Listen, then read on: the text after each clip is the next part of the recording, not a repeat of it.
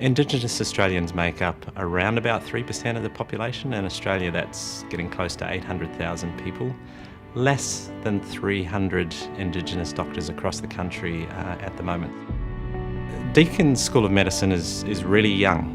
It's one of the newest schools of medicine in the country, and one of the most popular schools of medicine in the country as well. But one thing we didn't have was Indigenous students, and we saw that as a real gap. We're really excited this year to have our first Indigenous student graduating from Deakin. Laura's a fantastic student and a real role model to her Indigenous and non-Indigenous colleagues. First-hand experience is really key, but I think it needs to be built on a really good knowledge of Aboriginal history in Australia, and that's been another really important part of the course. What I'm most excited about is that our Indigenous Australians have that opportunity when they're sick or they need healthcare, that there's somebody there that they can identify with, who understands them, and I think that's a real win.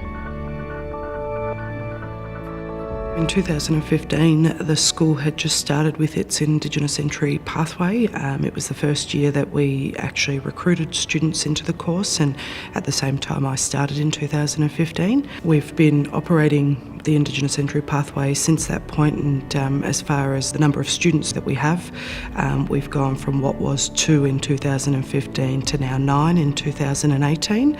We now have a complete curriculum from our introduction to Indigenous health, a 2.5-day cultural immersion. We unpack racism, cultural humility, the Indigenous health gaps. So we look at epidemiology and stats around Indigenous populations specifically.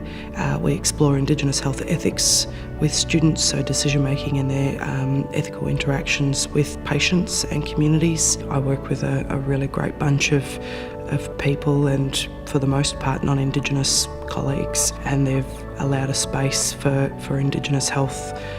In fact, they've encouraged the space for Indigenous health. My hope for the future is to grow the Indigenous health curriculum within the school. I think that it's also to grow and graduate our Indigenous doctors, and I think that it's to build the cultural proficiency of our non-Indigenous colleagues to be able to work and provide a culturally safe place for Indigenous patients now and into the future.